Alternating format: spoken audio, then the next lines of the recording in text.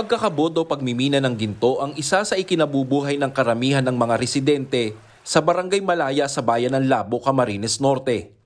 Gaya ni Nanay Sinaida, maaga siyang nabiyuda kaya mag-isa niyang itinataguyod ang 3 anak. Mahirap ang maghapong paghahanap ng gabutil na buhangin ng ginto sa mainit na maghapon at agos ng tubig. Subalit mas mahirap anya sa kalooban na hindi niya mabigyan ng magandang kinabukasan ang kanyang mga anak. Kaya't pilit niyang kinakaya dahil ito lamang ang alam niyang paraan para kumita na halos sapat kung minsan ay kulang pa para lang mairaos ang pang-araw-araw nilang pangangailangan. Minsan po nakaka-250. Talagang hirap na po yun. At mapalak kayo, mapabirit kayo. Hindi man po. Hindi po sapat. Tiyaga lang nga po para magbuhay.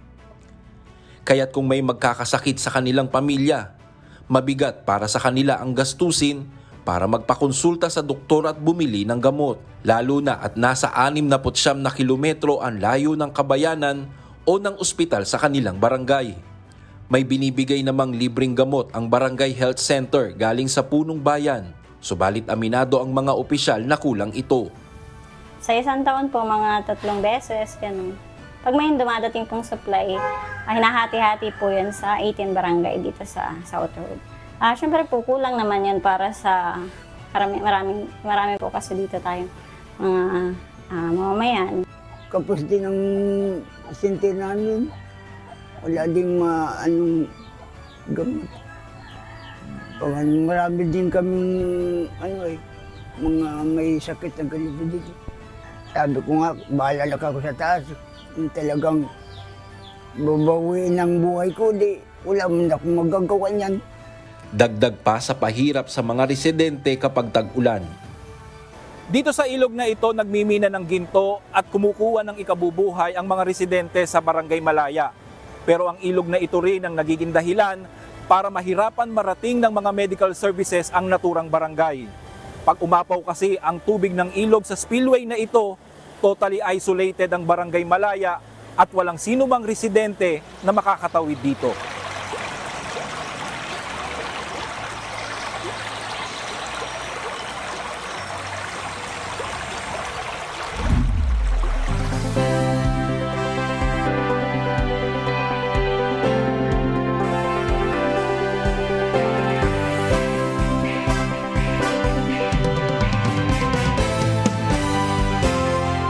Ang kanilang sitwasyon ang idinulog ng Philippine Army kay Kuya Daniel Rason noong Nobyembre 2023 kasabay ng isinagawang MOA signing sa pagitan ng MCGI at Philippine Army sa Bicol.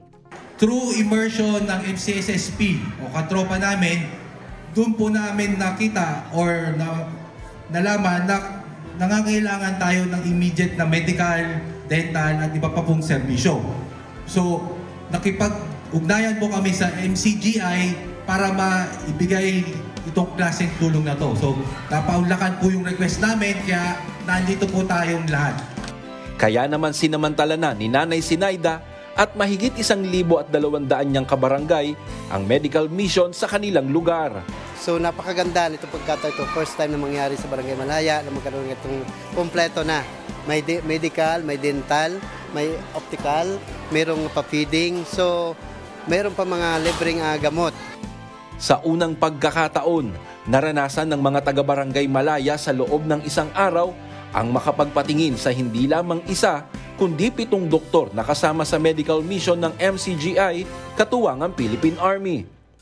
Nakapag-uwi rin sila ng libreng gamot, salamin sa mata at may nakapagpabunot pa ng ngipin.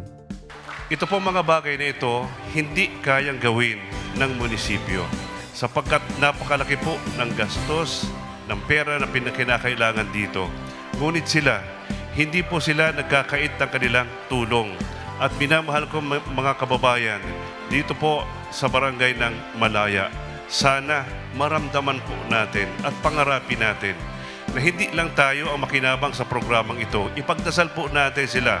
Unang-una, malaking pasasalamat po ang aking pinapaabot sa members, Church of God International, MCGI, kay Kuya Daniel Rason at kasama ang iba't iba pa pong mga ministro at mga miyembro ng NCGI dahil sa pagkakataon po nito na kung saan sila po ay nagbibigay ng tulong sa ating mga kababayan, mga importanteng tulong.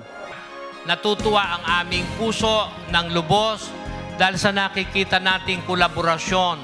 Ang ibig sabihin po, ang ating pagtutulong-tulong ay magkakaroon ng malaking impact o epekto sa mga nangangailangan.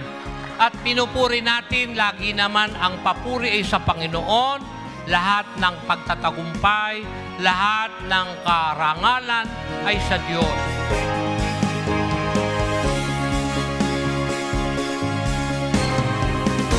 Brian Baldarahe, humahataw sa balita ngayon.